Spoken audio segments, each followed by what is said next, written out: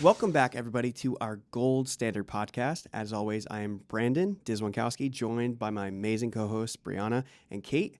Today, we have a very special guest, Kaelynn. She is from the show Love on the Spectrum. She is a newly published author. She is an autism advocate, and she is a registered behavior technician. And we are so excited to have you on here. Welcome. Thank you for having me. Of course. So a lot of what I ask people is how did you get started in the field? How did you kind of develop the skills that you have now, and where do you see yourself in the future with this? My entrance into the field is kind of unusual in that the clinic that I work at, I actually attended as a student. So I work at Project Hope Foundation in Greenville, South Carolina, and I started there as a high school student. So I attended there, all of high school at Project Hope. And I remember kind of having this, I suppose it wasn't a midlife crisis because I was, 18? But crisis nonetheless of I don't want to go to college. I want to work with other autistic people. I became a peer mentor pretty early on and discovered that I was relatively good at it. And being an RBT just seemed like the obvious pathway to kind of fulfill that desire to support others on the spectrum without necessarily requiring a college degree. Yeah. And I'm assuming your passion also followed from seeing how well you were adapted to like being a peer model for others and watching their growth as well. Right. Yeah. Um, could you tell us a little bit more about your early childhood with like your diagnosis with autism and what that looked like for early school age and kind of like how you developed into you? Yeah. So when I was very, very young, like before school age, both of my parents thought that it was feasible that I could potentially be a genius of some sort. They were really wanting to get me tested for some sort of savant-like abilities because I was speaking at the age of 8 months. It was intelligible, and it very quickly turned into full sentences. I was very conversational. I've always been very language abled and very well spoken. And the sad thing about that is, as soon as school started, it became immediately evident that not only was I not a savant, but I actually had significant learning disabilities. I've only been able to read in like a fluent way since the age of about 13 or 14 years old.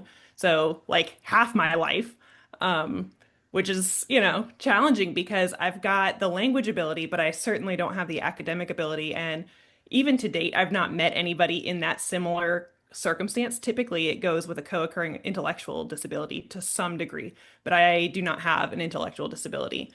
And the signs of autism were also relatively obvious when I was younger, so much so that even without really fully grasping autism, especially as a spectrum, even in the 90s, my mom was concerned about that and brought up those concerns to pediatricians. But I was born in Vermont, and in rural Vermont, girls couldn't catch autism. I guess I don't know. I don't know what the thought process was there.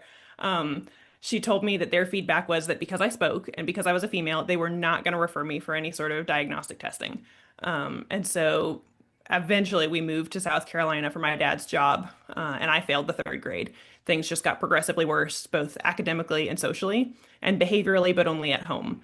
And so, with all of those things kind of coming to a head, I guess, for lack of a better way to say it, my uncle paid for extensive academic and psychological testing in Orlando. And so when I was 10 years old, back in 2007, is when I was diagnosed with autism, dyslexia, dyscalculia, dysgraphia, ADHD, all of it. Wow. And you said that you went to Orlando for those tests? Yeah, my uncle lived in Orlando at the time, and there was a center that I assume was private pay. I remember them complaining about it costing $10,000. So I assume that's why. So we drove from South Carolina to Orlando to get that done. Yeah. Are you comfortable talking about some of the behaviors that you had at home Yeah. at a young age? Yeah, there was a lot of crying. And I guess just things have evolved since 2007, right? But like looking back on my old reports, they used a lot of adjectives and a lot of descriptive language to describe what was going on. And like, I don't know. I don't know that adjectives are very behavioral in nature, in terms of descriptions. So they would describe me as odd or quirky or there was like a whole long list, and I assume this language was taken from an assessment because they gave a list of descriptors that I guess had come from my parents that, they described Kaelynn as smart and talkative and conversational and inquisitive, but also difficult and demanding and quirky and odd and ritualistic and rigid. There was all these descriptors, so I assume it came from an assessment. Um, that people don't just like generate all those descriptions in a list format that way. But it had some clinical significance to them. So behavior at the time looked like a lot of crying, a lot of negative self-statements, negative statements about others, refusal, shutdowns, that kind of thing. And I mean, you talk a lot on like social media and your TikTok and Instagram about a lot of strategies that you use, but also that you've picked up from working with clients and just through life. Do you mind sharing a few of those as well? Yeah, one of the ones that I've talked about before, it's been a while since I've mentioned it, but I really love some behavioral momentum, especially as an adult, because once you hit adulthood, there are things you are now responsible for that your mom used to do for you before. And if those don't get done, no one is coming to save you. That's completely on you. And that was a really hard realization for me, not necessarily because my parents did for me more than they should, but just the natural progression of it all wasn't there. Like I said, I didn't go to college, so there wasn't that like in between phase of like a dormitory where other people would more or less kind of account for you. It was mom's house. Now you live with roommates and you have a full-time job. Figure it out. Hope it goes well. Um, and for the most part, I mean, I'm alive, right? I didn't actually end up in jail. So that's nice, I guess. Um, I think behavioral momentum has definitely been a strategy that I use in my personal life just to kind of manage tasks and get things done to push past that executive dysfunction when you're really, really unmotivated. Yeah. And I really admire your talk that you did at ABAI, which like I honestly I really love the videos themselves because I'm not sure how much of them were like pre-planned or they were just authentically you, but you kind of like with a blanket over your head walking around, um, and then being able to present to like an entire boardroom of people like, hey, these are strategies, these are real life situations, this is really what is happening, and I'm sure that there was deafening applause after that. Um, Yeah, it was a good time. do you plan on any more talks in the future? Yeah, I wouldn't say that I'm steering away from clinical talks because I've definitely got several of those coming up for the remainder of the year. But I'm also looking to expand kind of corporate consultations Mhm. because one, there's a need for it, and two, frankly, there's more money in corporate consultations. They've got the budget to hire and actually implement some of the strategies that you suggest. Which is not to say that clinical environments don't have those opportunities because they're there, but they're fewer and further between, I would say. Yeah, Yeah. 100%. I know you had mentioned doing poorly in school academic wise, and I can relate to that from the very beginning as a first grader on. I want to say until my high school career, and then maybe finally I got my act together in college. However, for myself, I know that put such a negative impact on school, and it almost made me not want to go to college, exactly Hmm. like what you were saying. So, did you have a similar experience where school became so aversive? Because at such a young age, like you spend more time there than you do at home. Yeah. Yeah, before I had the language to understand or be told what dyslexia was, my word was stupid, that I was stupid and I was weird. And I thought that was not necessarily like that's what they called me because I went to a small Christian school and so they weren't allowed to use those words. Maybe they thought those things, but they didn't say them. But I truly thought that what was wrong with me was genuine stupidity. And you can imagine that was pretty damaging to your self-esteem because since I've always been so language abled, I took the word stupid and decided that I had no future and would contemplate, what it would be like for me to not be alive anymore, which is pretty heavy at the age of 9, right? Like that's a lot. Forgot what your original question was. Got derailed by Just that. the just the fact that school begins to get like this really aversive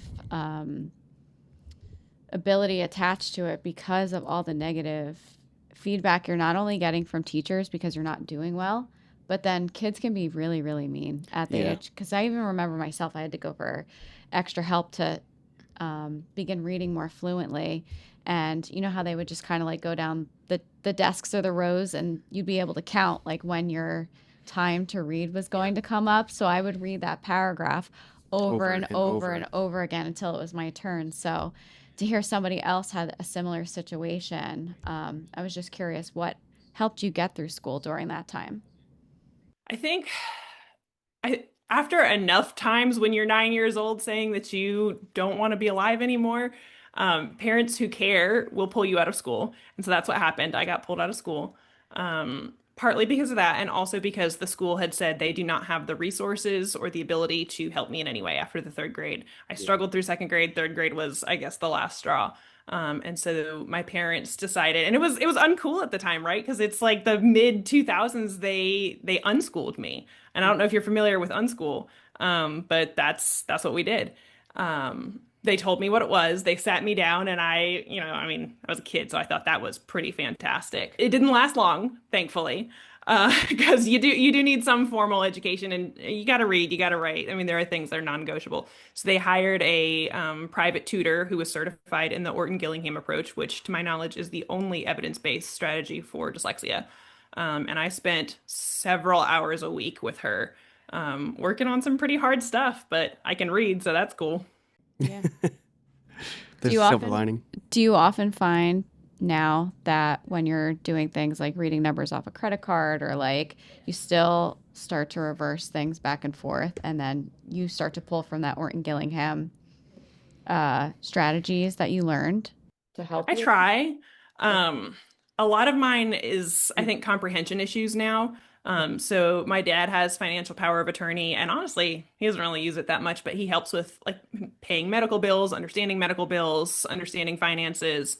For the most part, I handle my own emails, but several times a week I get help with them, help with scheduling, help with contracts. I don't read my own contracts. So there's definitely some lasting effects that, like, yeah, I can read now, but I'm not great at it still. Like, it's still very difficult. I pay for a screen reader software as well, which has been helpful. Interesting. What is the screen reader software? Speechify. Okay. Very cool. And honestly, it's very brave that you're able to like tell your truth like this. And you made a post about this. I'm going to tie the other part in a different question, but you made a post about this the other day, about how you kind of got denied from returning to season 3 of Love on the Spectrum because they said everyone had heard your story already, but social media was like a place where you can tell your own version of your story. And I feel like that is just another piece of like you being so unique and so brave and so inspiring, because you're able to talk about this stuff openly, where again, there's probably millions out there who are very afraid and embarrassed of having disabilities or intellectual disabilities or autism or, OCD or any kind of quirk, I guess you could say. So I do love that you're able to talk about this and make it a comfort, and it's not so like taboo anymore. Yeah, I agree. And I think a lot of people are rightfully afraid to talk about their learning disabilities or their autism or whatever it is that impacts them, because I think for so many people, they have a really kind of horrendous learning history with self-disclosure. And so it's like, yeah, of course you don't want to talk about it because it's gone really badly every time you've done it, because people just, can be really unkind. And thankfully, I was sheltered from a lot of that, which, being sheltered has its own, drawbacks. For the longest time, I really didn't think dinosaurs were a real thing. At any point. So just as a reflection of the lack of academic education I received. So there's some drawbacks there, but the good part is that when I did disclose, it was in an environment that it was going to go well. So there's been a lot of reinforcement paired with that. Yeah. And I'm sure you're getting a lot of reinforcement from that social media interaction of people, commending you and complimenting you. Because again, you do offer so many strategies. There's tons of videos of you on TikTok, like actively using fidgets to be able to, create engagement or follow through with a sentence. Or, even as I'm saying this, I'm playing with my pant strings, so I'm technically fidgeting as well. But it is very commendable. And to, I guess, go to the second question that I had, what was not being invited back to Love on the Spectrum for you? Like, how did that feel? I mean, it sucked. I was nice about it online, as you have to be. Yeah. But it sucked. I would have liked to participate. With the caveat being, I don't believe that it was likely that I was going to find love. I thought their matchmaking skills were So questionable. Um, but compared I to don't know. that, It was a fun experience. Like when else do you get to be on Netflix? Like it's fun. It's fun to engage with other people in that way. Um, it was a mostly pleasant experience. So it was unfortunate to learn that that was not going to be available ever again in the future, but you move on. What do you think your favorite part about being on the show was? I think probably one of my favorite parts was just hearing all the people who were like, "Oh my God, I didn't think I could be autistic, and then I saw you and I realized we're the same and I got a diagnosis or I got my kid a diagnosis. My kid is just like you. My kid does X, Y, and Z and I didn't think that was autism. Turns out it is." So that's pretty cool. I think that's something too that you see a lot of women coming out now that they were diagnosed later in life, kind of going back to what you said that, well, she's a girl, so the chances are she probably doesn't have autism or anything like that. But it's interesting to see people within like that 20 to 30-year-old age bracket are now getting diagnosed later in life because they're seeing things like that, or we have access to social media where they're like, oh wow, maybe I should go and get screened and see if there is a diagnosis there. Yeah.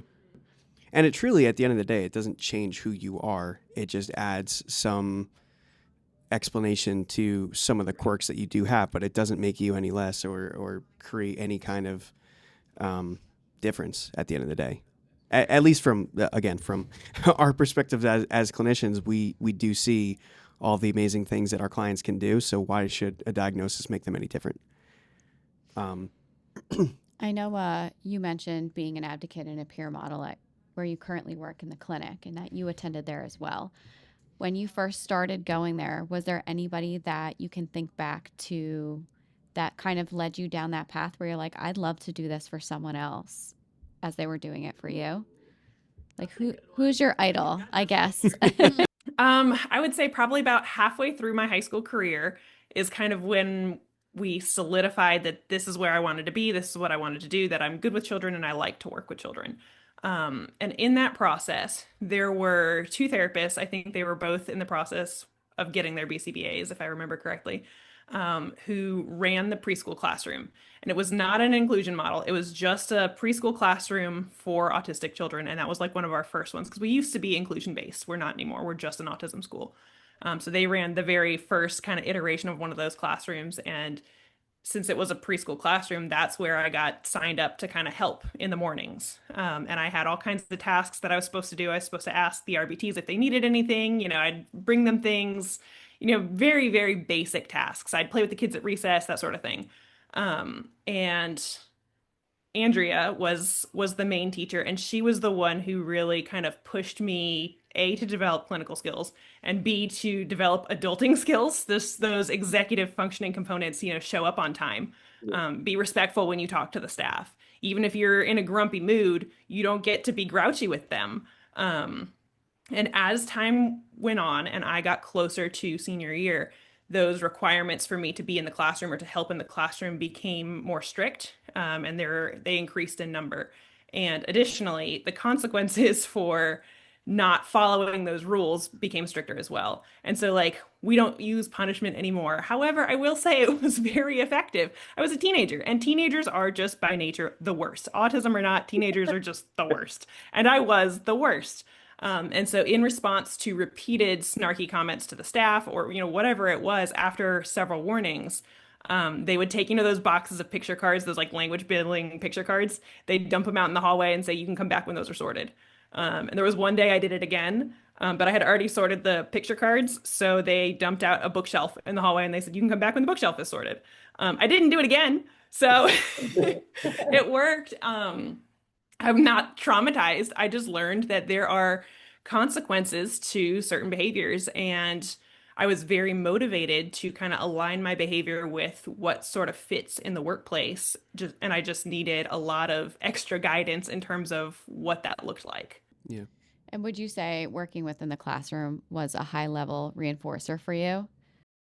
Yeah, I would say at the time it definitely was. I wanted to be in the classroom, I wanted to be with the staff, and I wanted social approval. I just at the time had a really hard time reading those kind of covert cues that, like, hey, what you said wasn't cool, knock it off. I would just blow right past those. Sometimes I knew they were there, other times I did not.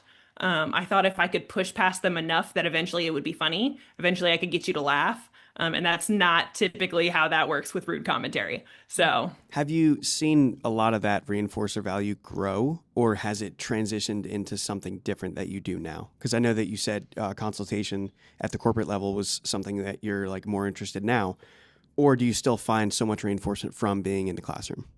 no, I would say I no longer find reinforcement not in that way from being in the classroom. Um, you know, I'm an adult, so I like money. That's pretty nice. That has more value than being in a classroom. And there's more money to be had outside of the classroom. Um, but I still like working with kids. I still like being around kids. I no longer do direct sessions as of a week ago. So that's been a pretty big shift, actually, to work on content creation and writing, and just kind of the promotion of ABA full time, which it's been sad, right? Because I've done direct sessions for 10 years. I've been an RBT since I was 18. So it's weird to not have somewhere I have to be to work with a person that I'm scheduled to work with. But I feel like I'm kind of doing some of the more bigger picture, more conceptual work, and I'm really enjoying it. Now, are you assisting with that branding piece with the clinic that you were running sessions at, or is it more so to promote yourself? Yeah, I run their social media now. And so they started with 1,000 Instagram followers. I don't even cheat. I don't almost maybe 2 or 3 times have shared their stuff on my page. But organically, they now have 46,000 followers in the span of like a year. Okay. Which is really cool because to my knowledge, we are one of the top performers in terms of ABA content that showcase sessions. We've got signed consent forms for not everybody, but a lot of people here. So we are able to show very specific aspects of treatment in real time. And most ABA clinics are not doing that. And so all the garbage that kind of floats around, both said by us and about us, is not necessarily my responsibility, but it has certainly become my problem. So I am working really hard to counter that indirectly by showing this is what we do. We don't have to talk about it until we're blue in the face. We don't hit kids anymore. We don't hit kids anymore. We promise. Let's just show them. Because nobody believes us at this point. I feel like I've kind of derailed the conversation, and I apologize for that. This is just a thing I really care about. No, we love seeing like the passion come through. 'Cause Yeah. that's essentially what we're doing here on the podcast, right? We want to figure out what you are the most passionate about. And for 3 people who also assist on a branding team here at BDA, we'd love to hear any of your tips and tricks to help grow, a platform, whether it be TikTok or Instagram. So if you have any, I mean, we're all ears. We'd love to hear them. In detail. Promoting a podcast and promoting a service, I think, is going to look very different. But yeah, I'm very passionate about promoting the work we do here because we serve adults. We have a school program. We have one-on-one programs. We've got 9 clinics across the upstate. So there's just a lot to highlight that people don't know exists. And so my mission is to not tell them, but show them. People deserve to see what's happening. Are you actively taking the content as well, or do you have staff underneath you who go in and record at each one of these clinics? Because you said there's They don't 9, do it right. I got to do it myself. If you want something done right, you got to do it yourself.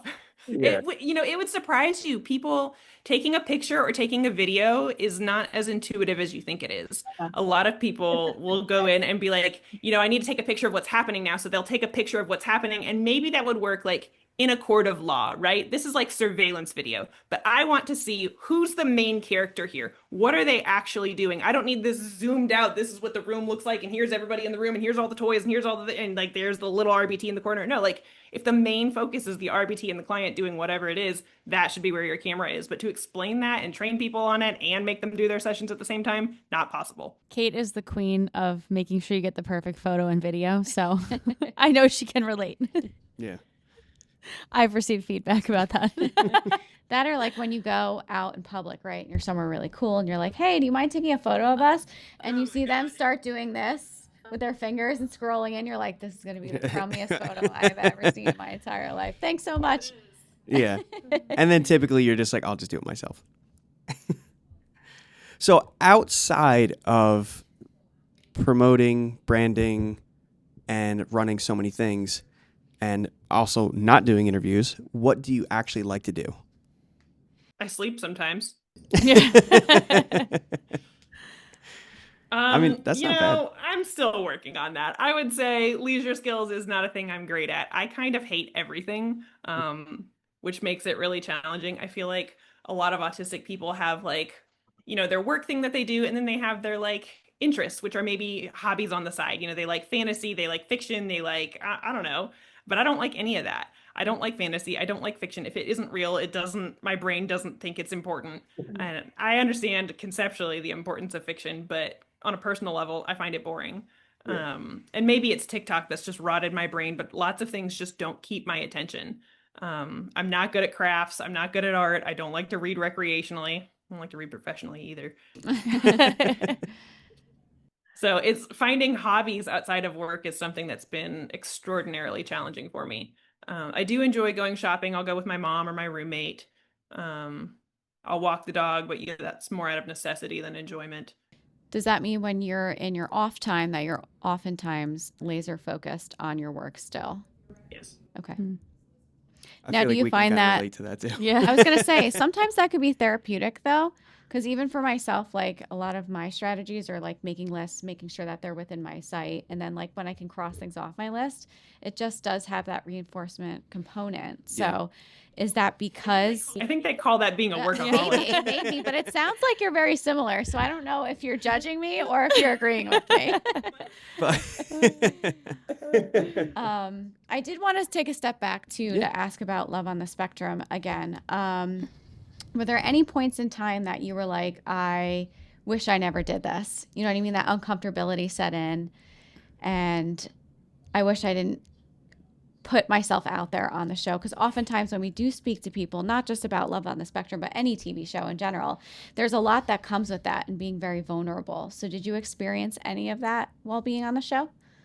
The only time I experienced regret for being on Love on the Spectrum was when during the initial interview that they conduct in your bedroom.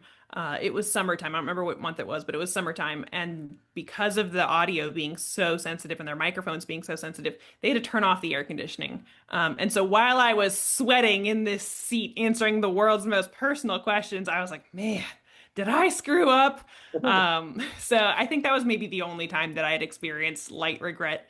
And I say that just comically. It wasn't necessarily genuine regret. I think it was a net positive experience. And truly, it launched kind of my career path into what it is now. That was kind of going to be my next question. How have things changed since Love on the Spectrum? It sounds like quite a bit. Yeah, I'm important now. So that's cool. Yeah, I'm important now, so that's cool. People care about what I have to say, whereas before, I was just kind of annoying. The social media platform was what came in consecutive order after Love on the Spectrum, and from that, I was able to grow it and maintain it, because if you look at just anybody's profile who's been on a reality TV show, just because you've been on TV doesn't mean you get to maintain your profile. You might get to keep your followers, but follower count means nothing if you're averaging 600 likes per post. That's nothing.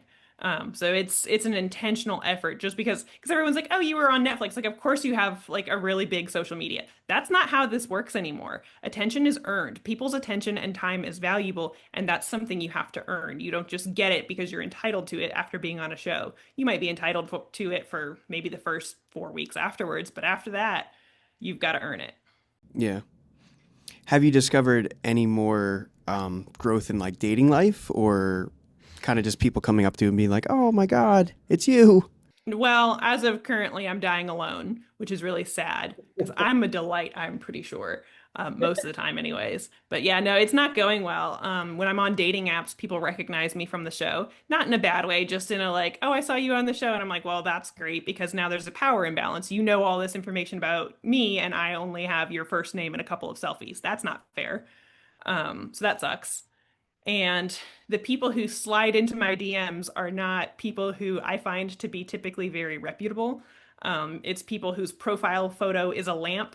And they're like, oh my God, I was instantly attracted to you. I know you should date me. We would make the perfect match. I live in Minnesota. Let's get married tomorrow.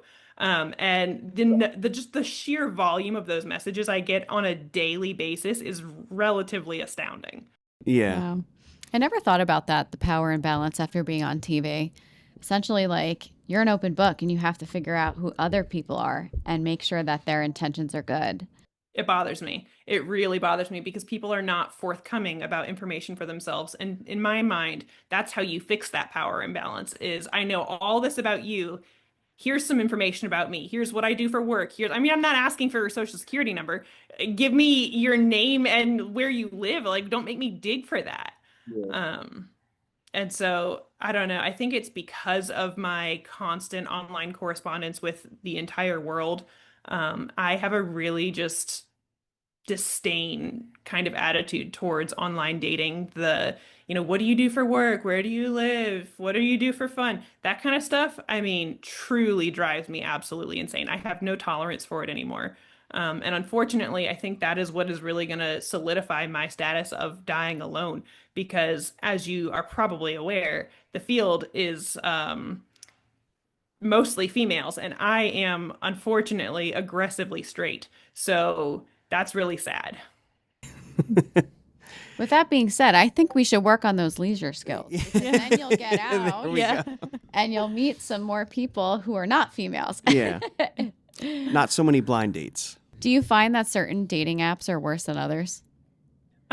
Recently I have discovered that Hinge is better than Tinder, but not by a whole lot. Hinge gives you different information organized in a different way. I don't know that that's necessarily better, but it's different.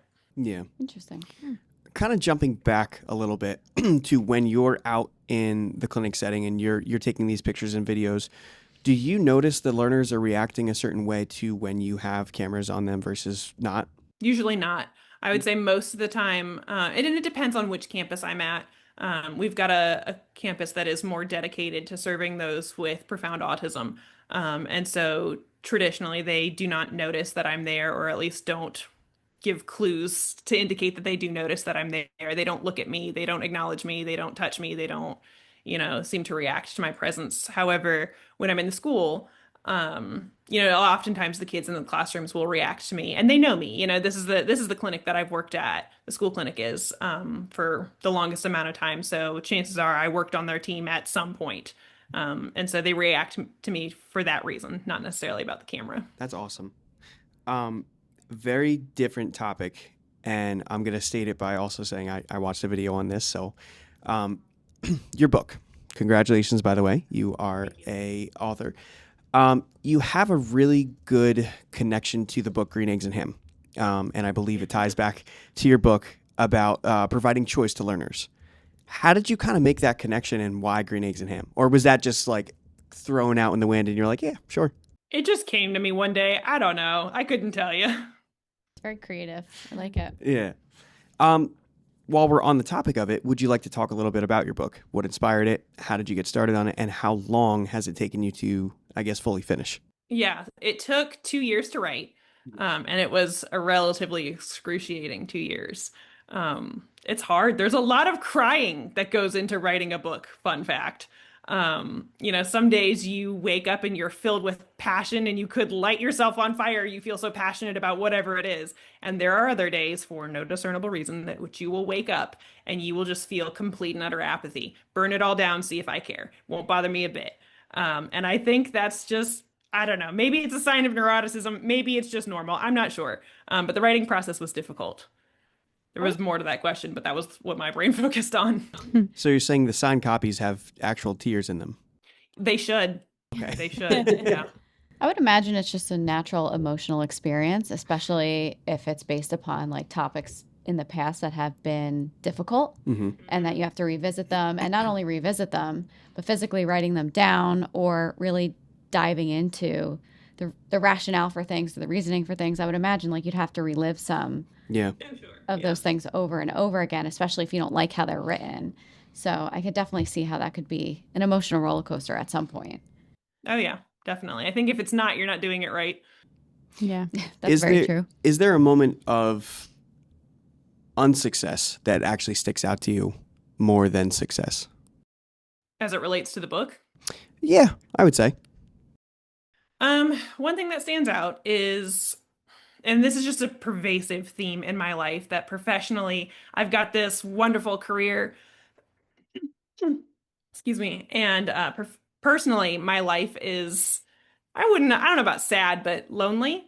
So when my book came out, we had a book launch party at my house, and it was noteworthy that I didn't have very many people to invite to the book launch party. And furthermore, not very many people came of that small number. And so I guess as it relates to the book, I think that was one of the lower points, is just that, reiteration once again, not that I needed it again because it happens plenty of times, just that, my career is rich and it's wonderful and it's, I'm traveling and I'm meeting all these people and there's enrichment and there's engagement and it's meaningful and I'm doing things that matter. And in my personal life, I go home to my empty bedroom. And so the book launch party was good and it was small and the people who were there made it wonderful. But it was small and I noticed. And it's funny because we also, as a team, we talk about this reoccurring theme of like social media and the glitz and the glamour and how things look to other people. And it always looks like this really beautiful experience, but then no one really gets to see like the behind the scenes or the rough moments or the crying and the screaming and, wanting to punch a hole in the wall type stuff. But people are always so eager to be like, oh, well, you have a wonderful life. Like, why are you upset? What's wrong with you? But they don't really see like what it took out of you to make that life happen. Yeah, I would say my stuff on social media, just being kind of internet famous, is more socially isolating than anything else. It certainly has made that problem worse, not better. Followers are not friends. I'm sorry, they're just not. In the same way that your clients are not your friends, your followers are not your friends. Yeah. It's not to say that wonderful things in terms of interpersonal relationships can't happen on social media, because they can, but that's not really what it's intended for. There's a lot of parasocial relationships, people who know lots about me, but I don't know about them, so it's not reciprocal. Yeah. What do you wish more people would kind of gather from like your story of internet fame? I mean, they could buy my book. That'd be great. Other than that, I don't have a better answer. I'd like to go back to the friendships piece, because I definitely think that's something that as adults, like, we just don't talk about enough. And I recently read a book. I know you said you're not big on reading, leisure reading, but it's called Fighting for Our Friendships. And it broke down the science and importance of friendships. It was a really interesting concept. So to hear you say it out loud as well and kind of resonate with that book. I mean, I don't know. I know you said you don't like reading, but maybe the audiobook would be something cool to like pop into while on your drives across 9 clinics. And just, I don't know, it like makes you feel seen. Like, I'm not the only one experiencing this. So it was a very nice feeling. And like I said, it just gives you the ability to see like others are experiencing this too. And I'm not alone as much as I think I am. Yeah. Right. Others are suffering in conjunction with you, not with you, but just out loud. somewhere different. Yeah. I mean, what's the saying? When it's like misery loves company. Yeah, sure does. Just in separate rooms. Yeah. But with the book, I would imagine you'd need a bunch of executive functioning skills, right? And I know you said that is not your strong suit to complete. And I would honestly say, from a person who has not written a book, I don't think 2 years is very long to take to write a book. Okay. But with that being said, what are 3 interventions that you would say helped you get through that 2 years and complete that book in a pretty timely manner? A lot of the material in my book is extrapolated from professional presentations that I wrote. And so it's hours of material, because I talk at a lot of conferences. I mean, I'm traveling sometimes 3 times a month for these things. not including virtual stuff. So depending on the month, I'm doing a lot, and I've got a lot of unique material. And so we hired some people to pull from that, which was really, really helpful. Also to transcribe my social media content, not all of it, but a lot of it. And then from there, they would say, hey, so you did a video on this topic, but just this transcription of a single minute video is not a chapter in and of itself. So you need to expand on this. Or here's 3 questions that are unanswered based on the content we have on this subject. Answer them and get back to me by the end of the day. And we're going to call you if you don't, kind of thing, which was helpful. I am shocked to hear that you travel around 3 times a month. Do you find it to be taxing or enjoyable? Yeah, it sucks. Oh, you do? So you don't like traveling at all? Well, I like traveling, but I prefer to stay on the East Coast because it's a lot easier. I was going to say, because I love traveling too, but after a certain point, you get tired of living out of a bag. You know what I Yeah. mean? Yeah. In an airplane specifically. Oh, yeah, that's true too. So I'm assuming a lot of the places you go are not able to be taken by car, and you do take an airplane. Yeah, I fly. I'm going to be speaking at Georgia ABA in, I don't know, sometime in the fall. And Atlanta is very close to me. I'm flying. I am not driving. So driving is not your preferred way to travel back and forth from conferences. No, I can't really drive more than 2 hours at a time. I just start making mistakes, and I'm a really good driver. I mean, not to like brag or anything, but I mean, I've never really been in a car accident. I don't get speeding tickets. I've driven in lots of places because a lot of times when I travel, I will rent a car. I'd rather do that than Uber sometimes, depending on where I am. I drove through Chicago and survived, so I don't know. That's pretty great, but it's a duration thing. You could only do it for so much, and then it starts to go downhill. What would you say your favorite conference was so far that you've presented at? I don't know. The one I went to most recently was pretty fantastic. It was ABC ABA, it's the Action Behavior Center. That was pretty great. I like it when they're just people are organized. They've got their stuff together. You know, you don't have to ask 30 times for the same thing. They've got enough people to make it happen. And they really did that. Now, aside from nerds clusters, what are your other reinforcers to bring on like those types of trips with you? I don't know. I like a lot of sour candy. I like dirt and worms. You know, when you get like ice cream and Oreos and gummy worms, that's pretty fantastic. Do you have also like a favorite food that you've tried or discovered since traveling? Yeah, I eat Mediterranean food now, and I think that's the biggest like expansion as of recently. I'd like to ask one more question just from your notes previously. Sure. I know you said that you struggle with anxiety and a lot of stress. You have a lot on your plate. Let's be completely honest. What are some things that you do personally to help you reduce that burnout, especially being that you don't engage in a lot of leisure skills or you don't have very many that you can point to and say that's a hobby of mine. Yeah. So how do you decompress then? Other than probably like doom scrolling, which you mentioned before. Aside from doom scrolling, I have a gym membership. I hate that, but I do have one. It's summer, so the pool in the neighborhood is available. I wouldn't say that it's nice. It's like the community bathtub. It's kind of gross. So it's not nice, but it's available. So that exercise is helpful. As much as I don't enjoy it, it is helpful. Yeah. Like vegetables. Correct. One of these days. We'll try it one time together. Half the time, if you hate it, it's an indication we won't that like it's good it for you. So with that being said, where can our viewers and listeners find you? You can find me wherever you find anybody. I'm just about everywhere. Facebook, TikTok, Instagram, YouTube. You can find my book on Amazon. All you got to do is type in my first name and stuff starts popping up. So click whatever you like.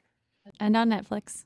And on Netflix. Stay out of the Reddit threads, though. I don't recommend that. Okay. Good to know. Well, thank you so much for joining us today. And we look forward to connecting again soon. Yeah. Thanks for having me. Perfect. Thank you so much.